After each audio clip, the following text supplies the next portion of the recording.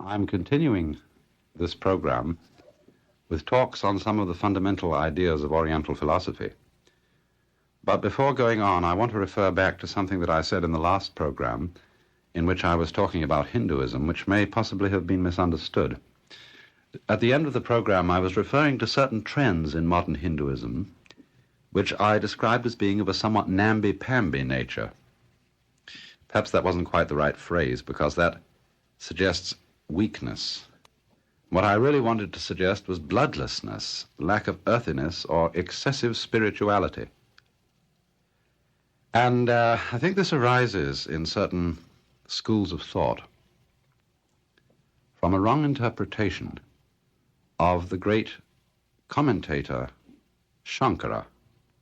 Shankara and Ramanuja are probably the two of the greatest medieval Indian commentators on the Upanishads and the traditional scriptures.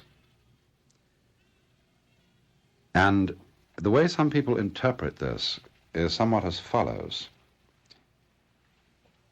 that there is but one reality, which is Brahman, which is without form, without any quality that the mind can imagine, following the usual method of description by negation, and that this being so, it excludes there being any reality whatsoever to the seeming multiplicity of the physical world. In other words, the physical world that we perceive with our senses is in reality simply not there. And there is even no cause within reality for its seeming to be there.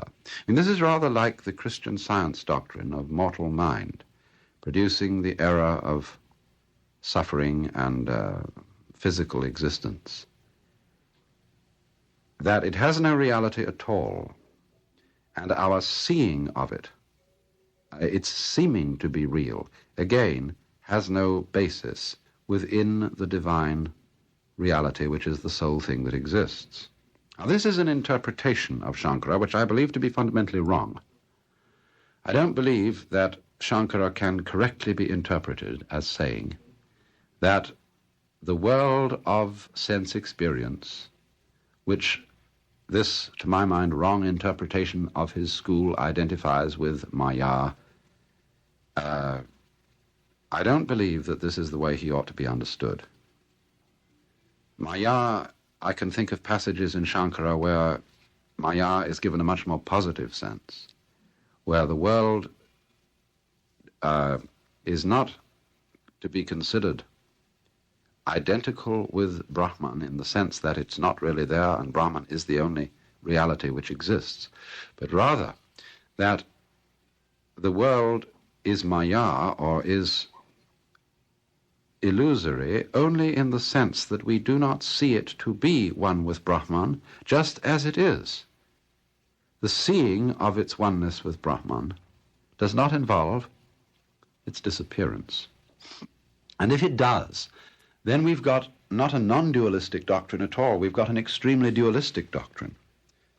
Because after all, if there is the seeing of an illusion, supposing you say what you see as the illusion isn't really there, but you can't deny the fact that you see it. And then if that seeing of it has no basis in reality, if that in turn is an illusion, and the illusion that one sees an illusion is an illusion, then you've got a principle that is fundamentally distinct from the supreme reality, and in a way stands against it, is not explained by it, is not grounded in it.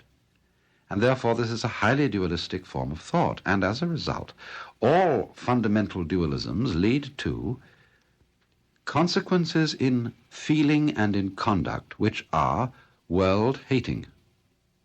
And this seems to me why there are trends in modern Hinduism to be excessively spiritual, to regard all sense knowledge as basically evil, in the sense of being fundamentally, and I mean fundamentally, unreal.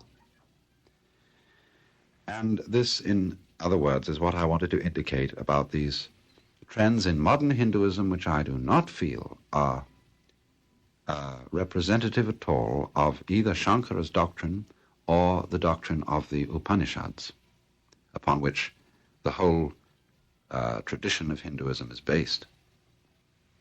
Now then, today I want to go on to the subject of Buddhism.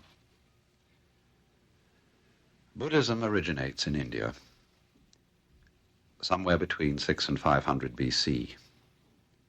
There is always some conjecture about the exact dating of individuals at this time, but it was during this period that there lived a man called Gautama. And Gautama was the son of a king, or perhaps tribal chieftain, who lived very close to modern Nepal in the north of India. And Buddha is a title given to this man. It wasn't his proper name, just as Christ is not, as it were, the surname of Jesus, as when we say Jesus Christ. We should correctly say Jesus the Christ, Jesus the Anointed One. And in the same way one should say not Gautama Buddha, but Gautama the Buddha. For Buddha means an awakened one. A man who woke up, who, in other words, you must understand this term within the whole Hindu tradition, a man who is no longer spellbound by Maya, by the seeming separateness of all the things in this world. That's one of the forms of Maya. And so a Buddha is not a unique historical character. There can be, and it is supposed that there have been, innumerable Buddhas. But the idea of a Buddha is related to the Hindu idea of an avatar, which means an incarnation of the Godhead in human form. Buddhists don't think of a Buddha as an incarnation of the Godhead, because they, although not rejecting the idea of God or gods, relegate all gods to the world of Maya, to the world of relative reality. And in this sense, a Buddha is felt in some way to be superior even to the gods. Let's put it in this way. Perhaps some of you have seen what is a sort of fundamental illustration of the principles of Buddhism, a diagram or map-like thing called the Wheel of Life. And in Tibetan versions of the Wheel of Life, you will notice that the wheel is divided into 6 realms. And these 6 realms include human beings, gods, or perhaps angels would be a better term for devas, spirits of wrath called asuras, personifications of the destructive forces of nature, animals, then what are called naraka, or purgatories, preta, or tormented, frustrated spirits with tiny mouths and immense bellies, having, in other words, immense appetite but very little means of satisfying it, and then again humans. And the basic idea of Buddhism is that awakening, Buddhahood, can be attained only from the human state. Deliverance from the vicious circle which the wheel represents, life considered as a vicious circle. The gods are too powerful and too happy to concern themselves to be delivered. At the opposite extreme, the people in the narakas, the tormented souls in purgatory, as it were, are too miserable. The animals too dumb, the asuras too angry, the pretas too frustrated. You can take this wheel, as a matter of fact, not as referring to any actual worlds other than ours of ghosts or gods and purgatories, but you can take these 6 realms as representing states of the human mind. and the human state as representing even-mindedness, what is called in Sanskrit upeksha, equanimity. Now, when it is said then that one can become a Buddha only from the human state, it means, you see, that a Buddha stands above the gods as being released from the wheel. In very popular Buddhism, of course, as in popular Hinduism, the idea of the wheel is taken rather literally. It is, in other words, believed that the individual passes from life to life, and it's rather funny that although Buddhism actually denies the existence of an individual soul as an enduring reality, nevertheless, in Buddhist countries it is popularly believed that some sort of equivalent of the soul passes from life to life, and that if your present life is miserable, it is a result of foolish actions in the former life, but if in this life you act wisely, your birth in the next life is to be more fortunate, and you may get up, of course, to the heaven worlds, the world of the gods.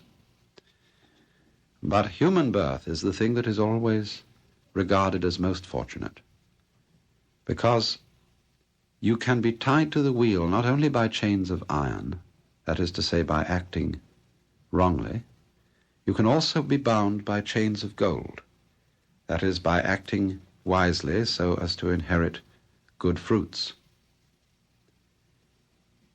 Now, of course, very sophisticated Buddhists, not only in modern times but in ancient times, did not take this idea of reincarnation literally. They looked upon it in quite a different way, and just as they regarded the six worlds as states of the human mind, so they regarded reincarnation as something happening in this life. Those of you who've read T.S. Eliot's Four Quartets will remember the passage, perhaps, where he says that those who have just left the platform of a station on a railway train are not those who will arrive at any destination. Those who, in other words, walked in at the door of the room and are now sitting down in chairs are not the same people as those who stepped in at the door. We are, in other words, constantly changing. Just as we know, physiologically speaking, that our bodies are, in all their molecular structure, completely changed every 7 years or so that we are, as it were, not enduring entities, but rather something like a university, where the faculty and the students and the very buildings themselves may change completely within a span of years, and yet somehow the university, or something by way of a pattern, goes on. And so, in this sense, freedom from reincarnation would be, by very sophisticated Buddhists, interpreted as freedom from the illusion that the person who came in at the door is the same one now sitting in the chair. And that in its turn signifies freedom from an emotional habit, the habit of grasping at one's own life, at seeking for continuity. And you see, the idea of continuity in Buddhist philosophy is that we desire continuity in order to perpetuate our past. In our past, in other words, we have accumulated various things: experiences, material goods, knowledge, virtues, power, so on. The desire for continuity is the desire for the perpetuation of a past self or string of selves with which we identify ourselves. And Buddhist insight involves the recognition that the past is perpetually vanishing. There really is no past to continue, and therefore to cling to it, to identify oneself with it, is to perpetuate an illusion resulting in incessant frustration, resulting indeed in that very vicious circle which the symbol of the wheel represents. Buddhist insight involves the recognition that the past is perpetually vanishing. There really is no past to continue, and therefore to cling to it, to identify oneself with it, is to perpetuate an illusion resulting in incessant frustration, resulting indeed in that very vicious circle which the symbol of the wheel represents. Now, Gautama made it very easy to summarize his teaching. He was really quite an adept in what we call mnemonics, in putting things in simple form so that they could easily be remembered. And he summed up the whole of his doctrine in what is called the Fourfold Noble Truths. And although it becomes sometimes awfully boring to read fundamental text on Buddhism, which just go over these things again and again, I think it's only boring if one goes over them in the very formal way that these texts adopt. Really, it's a very skillful outline of the nature of Buddhism, and it's based on an old medical formula. In ancient India, as in almost all ancient cultures, every activity was ceremonialized. And when a physician came to pay his call, he gave his diagnosis in a ceremonial way. He made 4 pronouncements. The first pronouncement was the name of the disease. The second, the cause of the disease. The third, the curability of the disease. Can it be cured? Yes or no? And if it can be cured, the 4th pronouncement is the giving of the prescription. And that's exactly the form of Gautama's summary of his doctrine. He said, in other words, the first principle is that mankind, and indeed all forms of life, suffer from a disease, which is called in Sanskrit dukkha. And the most general translation of that word is suffering. Dukkha means suffering in all its forms: moral, physical, spiritual. But Western interpreters of Buddhism have sometimes represented him as saying that life is suffering, period. In other words, of enunciating a highly pessimistic and world-hating doctrine, that to be alive is to suffer, and that, in other words, the amount of joy, of positive pleasure in life is, after all, so negligible that the game is not worth the candle. Now, if one studies the method of teaching of sages in ancient India, you have to realize that one of their fundamental pedagogical gambits is to arrive at the point of view they wish to inculcate by a zigzag method. When we walk, we put down maybe first the left foot, then we shift to the right foot, then the left foot, then the right foot. And in this way we go along, neither to the left nor to the right, but straight ahead. And you find, too, that in thought, that the human mind tends to go from position to position, but it always, when it settles on any fixed position, we can always point out that that position is an extreme. For example, in scholastic philosophy in the Middle Ages, when St. Thomas Aquinas fastened on the idea that God is fundamentally ens, or being, a Buddhist philosopher would point out that he had settled upon an extreme that has an opposite, non-being, and that therefore his position needs to be corrected by the opposite position. Somebody else should get up and say, no, God is not being, God is non-being. And from this facing of opposites with each other, we arrive at what Buddhism is sometimes called the middle way. Doesn't mean the compromise position. The middle way is the doctrine of relativity, of showing that all positions or experiences which we can formulate must always be perceived or known by contrast with their opposites. So in other words, Buddha's doctrine that life is fundamentally dukkha, or suffering, is an antithesis directed towards those people who believe that the object of life is to attain sukha, or sweetness, pleasure. He is saying, in other words, you cannot experience pleasure except in reference to non-pleasure. And therefore, the more you pursue pleasure, the more non-pleasure will arise to frustrate you. The more you pursue permanence, the more you will feel the impermanence of things. And so it is, for after all, when we are bent on enjoying ourselves, we become at that very moment curiously aware of how rapidly time is slipping by. When, on the other hand, we are not enjoying ourselves, we become curiously aware of how time is dragging.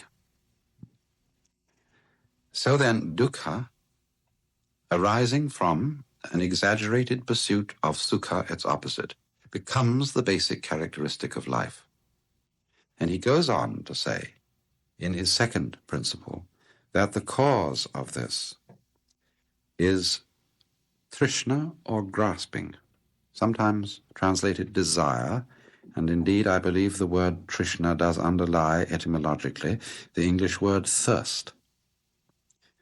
But trishna is not quite desire. For example, one's appetite. When you haven't eaten for some time and you get hungry, this is not trishna. It's a perfectly natural occurrence. Trishna is based in turn on avidya, which means unwisdom, which is the way the Tibetan scholar around here, Alex Wayman, likes to translate it. It's a good translation, unwisdom, or simply lack of insight, lack of consciousness, lack of, well, it's a special sense of ignorance, not the ordinary sense of ignorance of not being informed, but ignorance, action based on ignoring something. And ignorance is not realizing the relativity of experiences, not realizing the inseparability of pleasure and pain, existence and non-existence, life and death, up and down, good and bad. So that as a result of such ignorance or unwisdom, people try to separate these opposites from each other, to corral, to gain the good ones, and to exclude and annihilate the bad ones. And as a result of that, because these opposites exist mutually, they go round in circles. And that mutual existence of these opposites is really, it seems to me, the basic meaning of the doctrine of karma, which is involved in Buddhism, the doctrine of conditioned action, which Buddha epitomized in the phrase, this arises, that becomes. In other words, without this on the one hand, or this on the one hand always implies that on the other. Good on the one hand implies bad on the other, and so on and so forth. And so if a person becomes involved in karma, involved in conditioned action, leading to a vicious circle, if he is ignorant of the interdependence of all states of experience. So then the third truth, the cure of this dukkha or suffering, is the truth about nirvana. Nirvana is the most grossly mistranslated word in all foreign languages, probably, because our early scholars of Buddhism translated it as annihilation, and nowadays nirvana means a state of being doped up, most people. It's popularly used as being in ecstasy or in a kind of dreamy bliss. And nirvana doesn't mean that at all. It's a state of being very, very wide awake, state of being completely aware. But the etymology of the word is disputed. There are several etymologies that you can offer, and so I just choose the one I like. And that is to blow out. As when, having tried to hold one's breath, you discover that you can't hold it. You lose your breath by holding it. Therefore, you expire, you despirate. And so you heave a sigh of relief. And so nirvana is the sigh of relief, the expiration or despiration. In other words, the giving up of the attempt to clutch at life, to hold it in a fixed form, to resist change, to separate the good side of things from the bad side and annihilate the bad side. It is the giving up of that fundamentally contradictory, self-contradictory kind of conduct. And so then in the fourth truth, there is set out the Noble Eightfold Path, Buddha's prescription for dukkha. And the Noble Eightfold Path is really in three divisions, one of which concerns itself with understanding, might almost say intellectual understanding of the doctrine. The one is concerned with conduct, and the third part of it is concerned with state of consciousness or meditation. Now, to summarize them briefly, the first stages of the path, such as a right view, or I prefer to translate the word samyak, not so much as right, but as perfect in the Greek sense of telos, or complete. And thus, to have a complete view is a view which does not take sides, which takes the middle path, which in other words does not go off to extremes, and so on. The part of the Eightfold Path that is concerned with conduct. Buddhism is often represented as having a very exalted ethical system, and this is true, in a way it does. But also one must recognize that the difference between Buddhism and Christianity, as at any rate as Christianity is ordinarily taught, is that these ethical ideas are not commandments. They are really forms of expedient conduct. The Buddha counseled his followers to take upon themselves certain obligations, say of not killing, of not stealing, of not exploiting the senses, of not getting drunk or intoxicated with poisons, not lying. Not because these were against the will of God or against the fundamental laws of the universe, but because they are inexpedient forms of conduct for a person who wants to wake up. For all, if you get thoroughly doped up, you're not liable to be very wide awake. And then, finally, the end of the path, the last stages of it, are concerned with one's state of consciousness, with being with the process of what is sometimes called meditation, or of bringing one's mind to its maximum awareness through clear recollection. And then finally, the attainment of what is called samadhi, which means integrated consciousness. Consciousness no longer under the influence of avidya, no longer bamboozled and fooled by the apparent separateness of things which are really inseparably interlinked. And thus samadhi could be called integrated, a unified consciousness in which it is seen that the subject, the knower, is inseparable from the object, the known, that man is inseparable from the totality of life, and so on and so forth. So that samadhi at the end of the Eightfold Path might be described as being the entry to or realization, the making real of the state of nirvana, which constitutes in turn being a Buddha.